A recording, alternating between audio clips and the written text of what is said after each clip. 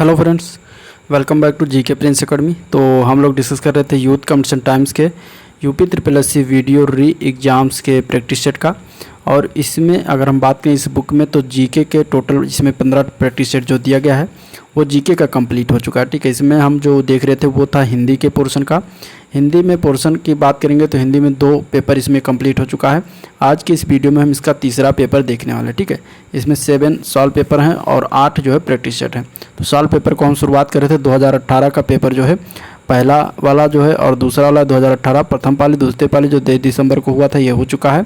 और आज के इस वीडियो में हम 2018 का जो 22 दिसंबर को हुआ था फर्स्ट शिफ्ट उसका हम जो है डिस्कस करने वाले, जो कि आज का हिंदी का ये वीडियो होगा तीसरा प्रैक्टिस सेट। ठीक है, तो चलिए वीडियो को स्टार्ट करते हैं। स्टार्ट करने से पहले अगर आप लोग चैनल पर नए अभी तक सब्सक्राइब नहीं किया तो चैनल को सब्सक्राइब करें और अपने दोस्तों में ज़्यादा से ज़्यादा शेयर करें। वीडियो पसंद आए तो लाइक करेगा। ठीक है, और इसके बाद इसमें जो जीके का पोर्शन जो कंप्लीट हो चुका है उसके लिए आप चैनल पेज पर जाएगा, वहाँ पर आपको प्लेलिस्ट में इसका पूरा जो वीडियो एक साथ मिल जाएगा, वहाँ से आप इसको देख सकते हैं।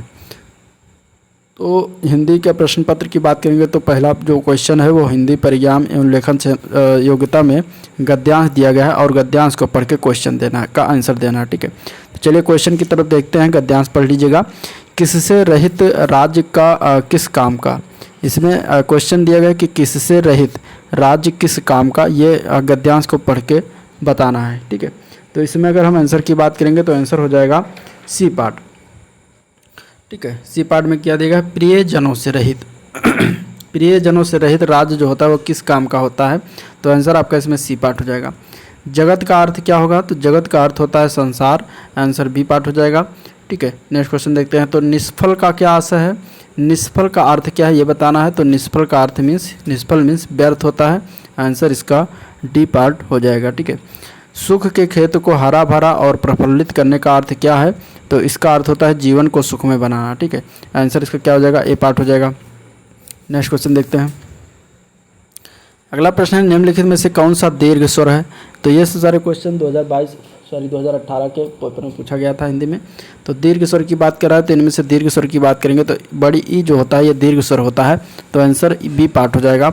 अन्य दीर्घ स्वर की बात करेंगे तो इसमें अगर ऑप्शन में देखेंगे तो छोटी ई क्या है, ये ह्रस्व स्वर है, और ए आए ये दोनों क्या है, ये संयुक्त स्वर हैं। ठीक है, नेक्स्ट क्वेश्चन है निम्नलिखित में से अंतस्थ व्यंजन कौन सा इनमें से, तो अंतस्थ व्यंजन की बात करेंगे तो वाह जो है ये अंतस्थ व्यंजन के रूप में आता है।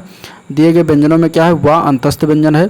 जिन वर्णों का उच्चारण अंतःकरण से होता है वह व्यंजन क्या होते हैं, अंतस्थ व्यंजन कहलाते हैं। हिंदी वर्णमाला में या जो है तालु, रा वर्ष और ला जो है वत्सर और इसके बाद वाह ये दंत्योष्ट, ये 4 अंतस्थ व्यंजन है। यानी कि या, रा, ला और वाह ये सब क्या है, अंत्योष्ट क्या अंतस्थ व्यंजन है, तो याद रखिएगा। निम्न में से अल्पप्राण व्यंजन कौन सा है इनमें से, अल्पप्राण व्यंजन की बात करेंगे तो गा जो है अल्पप्राण व्यंजन है। क्यों है, तो प्राणत्व के आधार पर बढ़ता ये 2 प्रकार के होते हैं, एक होता है अल्पप्राण, ये होता है दूसरा प्राण। ठीक है, सॉरी एक होता है महाप्राण। तो अल्पप्राण मीन्स इन व्यंजनों के उच्चारण में क्या होता है, मुख से कम वायु निकलती है और ये जो है प्रत्येक वर्ग का पहला और तीसरा और 5वां वर्ण जो होता है वो अल्पप्राण व्यंजन होता है। यानी कि का वर्ग में जो का है और खा को छोड़ के जो गा है, फिर का खा गा को छोड़ के जो घा है, ये 3 क्या है, ये अल्पप्राण व्यंजन है। ठीक है, एक एक छोड़ के जो ऐसे हर वर्ग में जो है अल्पप्राण व्यंजन होते हैं। महाप्राण व्यंजन किसको कहते हैं, तो इन व्यंजनों के उच्चारण में क्या होता है, मुख से अधिक वायु निकलती है तथा हकार की जो है ध्वनि इसमें सुनाई देती है। जैसे कि प्रत्येक वर्ग का दूसरा और चौथा वर्ण क्या होता है, महाप्राण व्यंजन होता है। यानी कि अगर हम का वर्ग में ही लेते हैं तो खा जो है ये क्या हो जाएगा, ये महाप्राण आता है। इसके बाद गा को छोड़कर जो घा आता है ये क्या हो जाएगा, महाप्राण व्यंजन। ठीक है, तो दूसरा और चौथा जो वर्ण होता है वो क्या होता है, महाप्राण व्यंजन। नेक्स्ट क्वेश्चन, निम्न में से घोष वर्ण कौन सा है इनमें से, घोष वर्ण की बात करेंगे तो ए पार्ट से हो जाएगा जा। जा क्या है, सघोष वर्ण या घोष वर्ण है। घोषत्व के आधार पर मुख्यतः 2 प्रकार के वर्ण होते हैं। पहला होता है सघोष या घोष वर्ण और दूसरा होता है आघोष। सघोष किन वर्णों को कहते हैं, तो जिन वर्णों के उच्चारण में स्वर तंत्रियों में कंपन उत्पन्न होता है उन्हें सघोष वर्ण कहते हैं। प्रत्येक वर्ग का तीसरा, चौथा और 5वां व्यंजन क्या होता है, ये सघोष व्यंजन होता है, यानी कि और इसमें या रा ला वा हा ये सब मिलाकर क्या होते हैं, सघोष वर्ण होते हैं और स्वर को भी सघोष वर्ण के अंतर्गत आते हैं। जिन वर्णों के उच्चारण में स्वर तंत्रियों में कंपन उत्पन्न नहीं होता उन्हें अघोष कहते हैं। जैसे कि वर्ग का पहला दूसरा व्यंजन जो होता है वो अघोष होता है।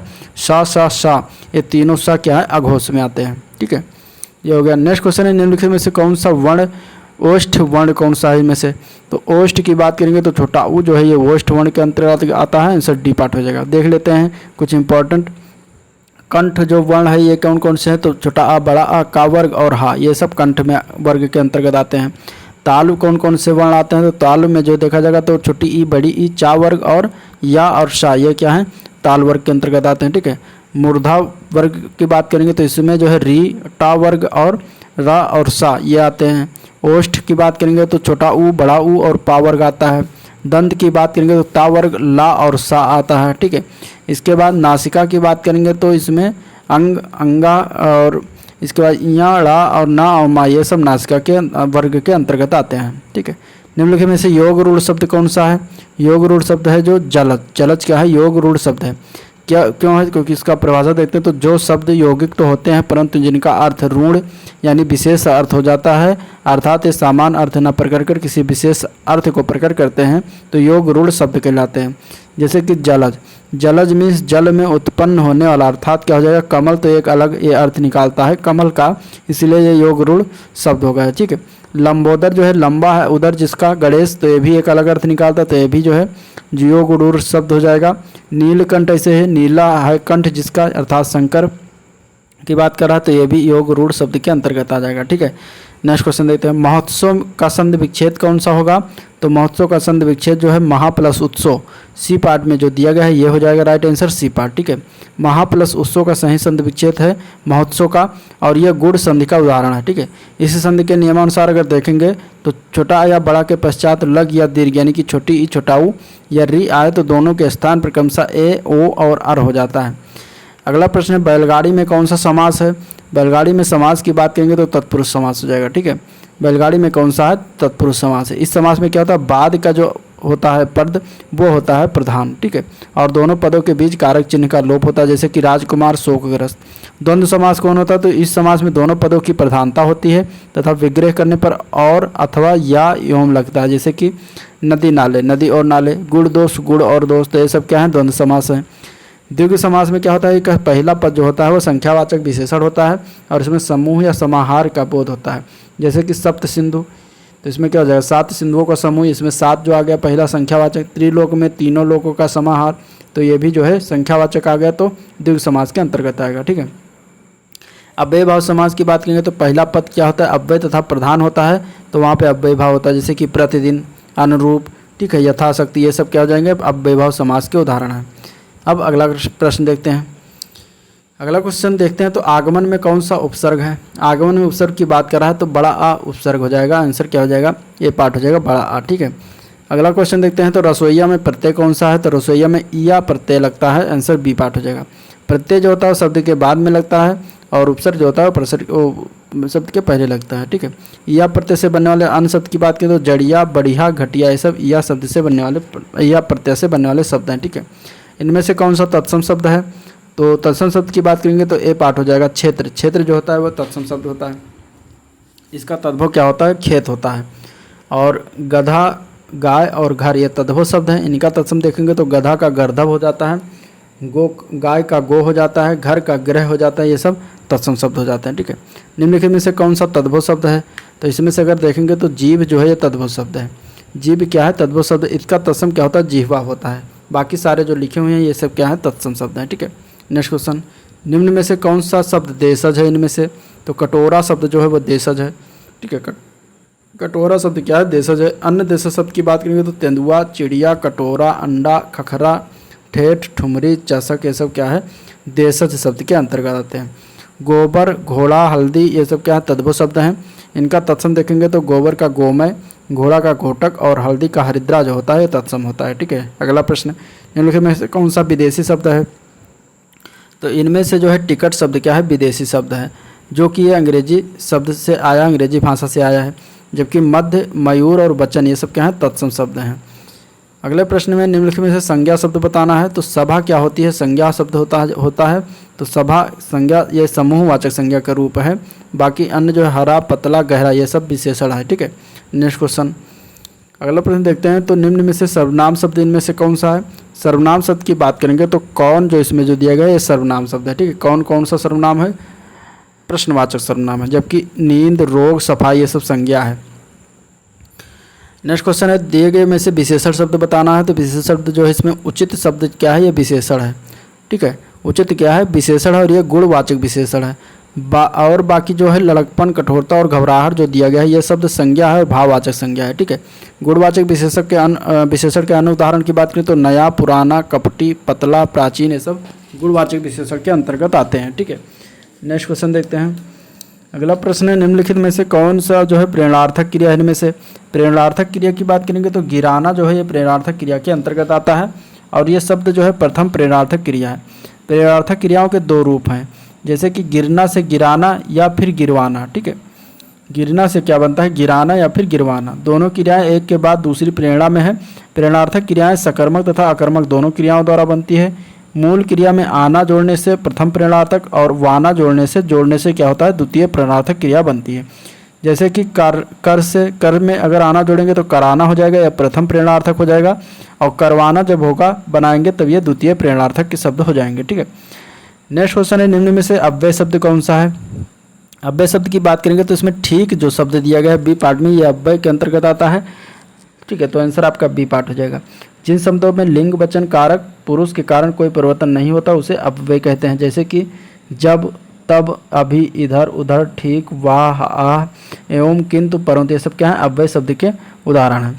पक्षी का पर्यायवाची शब्द बताना क्या हो जाएगा? पक्षी का पर्यायवाची शब्द विहग होता है इस ऑप्शन में, तो आंसर डी पार्ट हो जाएगा, विहग। ठीक है, भूधर जो है पर्वत का होता है। मीन मछली का। वृंद जो है समूह या गढ़ का पर्यायवाची होता है। पक्षी के अन्य पर्यायवाची शब्द की बात करें तो खग, पखेरु, परिंदा, द्विज, पतंग आदि होता है। ठीक है, नेक्स्ट क्वेश्चन। जटिल का विलोम शब्द क्या होगा? जटिल का विलोम शब्द होता है सरल। ठीक है, क्या होता है? सरल। आंसर डी ए पार्ट हो जाएगा, सरल। ठीक है, जबकि कठिन जो है कुटिल का विलोम भी है और कठिन और कुटिल का विलोम भी सरल है तथा टेढ़ा का विलोम सीधा है। ठीक है, नेक्स्ट क्वेश्चन। अगला प्रश्न देखते हैं। अगला क्वेश्चन है, जो देने योग्य है उसके लिए एक शब्द क्या है? देने योग्य के लिए एक शब्द है दे। ठीक है, क्या है? दे। आंसर बी पार्ट हो जाएगा। जो देने योग्य है उसको दे एक शब्द में कहते हैं। जो पीने योग्य उसको पेय कहते हैं। जो गाने योग्य हो गए, दिया जाने वाला दान होता है। ठीक है, नेक्स्ट क्वेश्चन है, दिन और दीन शब्द युग्म का सही अर्थ क्या है? तो दिन मिस होता है दिवस और दीन मिस होता है गरीब, तो आंसर आपका ए पार्ट हो जाएगा। ठीक है, निम्न में से कौन सा एक शब्द जो है अनेकार्थक है? इनमें से अनेकार्थक शब्द की बात करें तो अंबर क्या है? अनेकार्थक है। ठीक है, क्या है? अनेकार्थक है। अंबर का एक अनेकार्थक शब्द जिसका अर्थ वस्त्र भी होता है, आकाश भी होता है, बादल भी होता है। ठीक है, निम्न में वर्तनी की दृष्टि से शुद्ध शब्द कौन सा है? तो परीक्षा शब्द क्या है? यह शुद्ध लिखा हुआ है, आंसर डी पार्ट हो जाएगा, परीक्षा। निम्न में से वर्तनी की दृष्टि से अशुद्ध शब्द कौन सा है इसमें से? तो प्रमाणिक जो लिखा हुआ है यह गलत लिखा हुआ है, बाकी सारे सही हैं। प्रमाणिक को इस प्रकार लिखा जाता है, पा पे बड़ा का मात्रा होता है, ना कि बड़ा का मात्रा। ठीक है, तो इस तरीके से आपका इसमें डी पार्ट हो जाएगा। निम्न में से अधिकरण कारक का परसर्ग कौन सा है? अधिकरण कारक का परसर्ग होता है पर। ठीक है, में या पर, तो आंसर ए पार्ट हो जाएगा। अब इसमें देखें तो कर्ता ने करण से के द्वारा संप्रदान को के लिए अपादान से अलग होने के अर्थ में संबंध का की के रा री रे, अधिकरण में पर और संबोधन हे हरे हाय, तो इस तरीके से इसके विभक्त हो गए, परसर्ग हो गए। ठीक है, अगला प्रश्न देखते हैं। तो निम्न में से पुल्लिंग शब्द कौन सा है? पुल्लिंग शब्द की बात करेंगे तो क्षेत्र जो है वो पुल्लिंग शब्द के अंतर्गत आता है, जबकि क्षमा, घटना और रीत जो है ये सब स्त्रीलिंग शब्द के अंतर्गत आते हैं। ठीक है,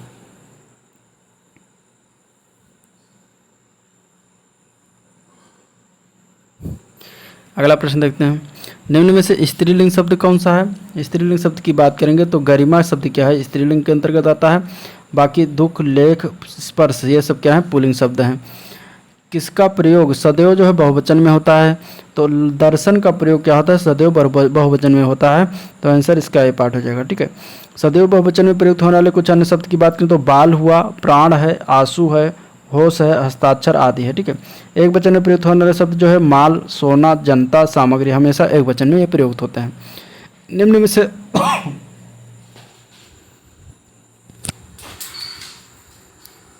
में से भूतकाल का उदाहरण कौन सा है इनमें से? तो भूतकाल का उदाहरण है राम घर गया था। ठीक है, आंसर इसका क्या हो जाएगा? बी पार्ट हो जाएगा, राम घर गया था। ठीक है, वाक्य ये पूर्ण भूतकाल का उदाहरण है और इस काल में क्या होता है? क्रिया के व्यापार की समाप्ति का बोध होता है।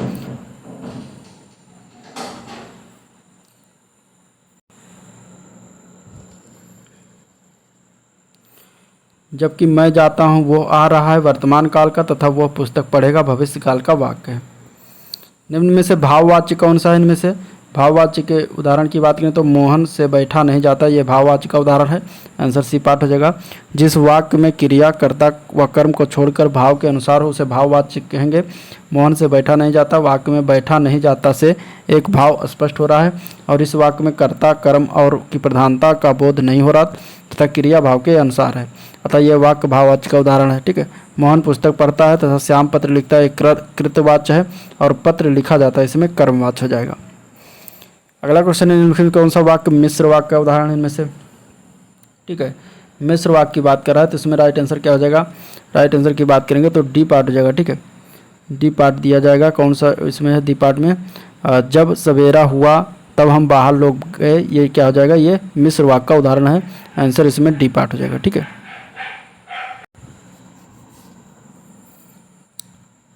अगला क्वेश्चन है मैंने विद्यालय जाना, इसमें अशुद्ध अंश कौन सा है? तो जो मैंने लिखा हुआ ये गलत लिखा हुआ। ठीक है, शुद्ध रूप से अगर देखेंगे तो यहाँ पर मुझे होना चाहिए था, मुझे विद्यालय जाना।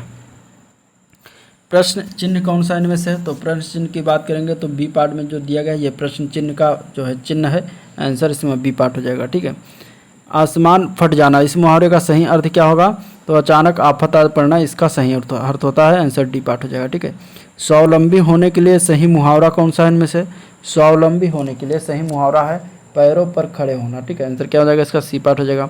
12 होना यानी कि खूब लाभ होना, पानी फेर देना यानी कि बिगाड़ देना, पैर पर खड़ा होना यानी कि स्वावलंबी होना, फूंक फूंक कर पैर रखना यानी कि सावधानी से कार्य करना। बोए पेड़ बबूल का आम कहाँ से हो, इस लोकोक्ति का सही अर्थ क्या हो जाएगा? तो जैसा कर्म करोगे वैसा फल मिलेगा, आंसर बी पार्ट हो जाएगा। ठीक है, लाभ ही लाभ अर्थ के लिए सही लोकोक्ति क्या है? तो इसके लिए है 5 उंगलियां घी में, आंसर इसका ए पार्ट हो जाएगा। ठीक है, 5 उंगलियां घी में इसका अर्थ होता है लाभ ही लाभ। 5 उंगलियां बराबर नहीं होती, इसका अर्थ होता है सब आदमी एक जैसे नहीं होते। ठीक है, नेकी कर कुएं में डाल, इसका अर्थ होता है भलाई का काम करके फल की आशा मत करो। नेकी और पूछ पूछ, इसका अर्थ होता है भलाई के लिए पूछना क्या। ठीक है, नेक्स्ट क्वेश्चन, मूल पाठ की व्याख्या के साथ अनुवाद क्या कहलाता है? तो उसका कहा जाता है व्याख्या अनुवाद। ठीक है, आंसर क्या हो जाएगा? डी पार्ट हो जाएगा। ब्रज हिंदी की किस उपभाषा के अंतर्गत आता है? तो ये पश्चिमी हिंदी के अंतर्गत आता है, आंसर सी पार्ट हो जाएगा। ठीक है, इसमें कुछ देख लेते हैं। राजस्थानी बोलियाँ अगर देखेंगे तो मारवाड़ी है, जयपुरी, ढूंढाड़ी, मेवाती और मालवी आता है। इसके बाद पश्चिमी हिंदी की बोलियाँ अगर बात करेंगे तो कौरवी या खड़ी बोली, हरियाणवी आता है जिसको बांगुरी कहा जाता है, ब्रज भाषा है, बुंदेली है, कन्नौजी है। पूर्वी हिंदी में आता है 3 बोलियाँ आती हैं, अवध, बघेली, छत्तीसगढ़ी। बिहारी में भोजपुरी, मगही और मैथिली आता है। पहाड़ी में कुमाऊनी और गढ़वाली आता है। ठीक है, नेक्स्ट क्वेश्चन, अमेंडमेंट के लिए सही अनुवाद क्या है? अमेंडमेंट के लिए तो अमेंडमेंट के लिए संशोधन सही अनुवाद होता है, आंसर बी पार्ट हो जाएगा संशोधन। ठीक है, शोधन अगर देखेंगे तो इसका इंग्लिश होता है क्लियरिंग। ठीक है, या फिर रिफाइनमेंट। संशोधन के लिए अमेंडमेंट, प्रशोधन के लिए इवैक्यूएशन, समावेशन के लिए इंक्लूजन। ठीक है, नेक्स्ट क्वेश्चन, सूरसागर के रचयिता कौन है? सूरसागर के रचयिता का नाम है सूरदास, आंसर डी पार्ट हो जाएगा सूरदास। ठीक है, इनके अन्य रचयिता में सूरसारा वाले और साहित्य लहरी और भ्रमर गीत आदि आते हैं। अगला प्रश्न देखते हैं। तो निम्नलिखित में से रीतिकाल का कवि कौन सा है इनमें से? तो रीतिकाल का कवि जो है बिहारी को कहा जाता है, आंसर क्या हो जाएगा? सी पार्ट हो जाएगा। ठीक है, अगला प्रश्न देखते हैं। उसने कहा था कहानी के लेखक कौन है? उसने कहा था कहानी है और इसके लेखक कौन है? तो इसके लेखक हैं Chandradhar Sharma Guleri, answer B part हो जाएगा। ठीक है, अब देख लेते हैं कुछ इंपॉर्टेंट रचनाएं और उनसे रचनाकार। तो किशोरी लाल गोस्वामी की रचनाएं त्रिवेणी, लवंगलता, रजिया बेगम, गुलबहार आदि हैं। चंद्रधर शर्मा गुलेरी के उसने कहा था, बुद्धू का कांटा, ये जब चंद्रधर। प्रेमचंद की बात करें तो शतरंज के खिलाड़ी, सवा शेर गेहूँ, सदगत, शांति, कफन आदि आते हैं। ठीक है, भगवान दास की बात करेंगे तो सिला हुआ आदमी, सूर्यास्त से पहले लक्ष्मण रेखा, सीढ़ियाँ आदि आती हैं। उर्वशी किसका काव्य है? उर्वशी की बात करेंगे तो जयशंकर प्रसाद का एक काव्य है, आंसर ए पार्ट हो जाएगा। जयशंकर प्रसाद के अन्य काव्यों की बात करेंगे रचनाओं की, तो कामायनी, ध्रुव स्वामिनी, कंकाल, आंसू, तितली, चंद्रगुप्त आदि जो है जयशंकर प्रसाद के काव्य हैं। मैथिली शरण गुप्त की बात करें तो साकेत, यशोधरा, जयद्रथ वध, पंचवटी, भारत भारती आदि हैं। ठीक है। रामधारी सिंह दिनकर की बात करें तो रेणुका, हुंकार, उर्वशी, रसमरती आदि हैं।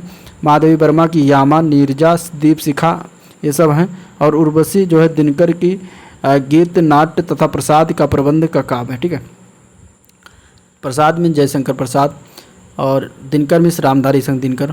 तो ये था आज का ओवरऑल वीडियो जिसमें हम लोगों ने डिस्कशन किया। अगर वीडियो पसंद आया हो तो लाइक करिएगा, चैनल को सब्सक्राइब करिएगा, साथ में अपने दोस्तों में ज़्यादा से ज़्यादा शेयर करिएगा। ठीक है। और आज का वीडियो में एंड करते हैं, मिलते हैं नेक्स्ट दिन, तब तक के लिए थैंक यू।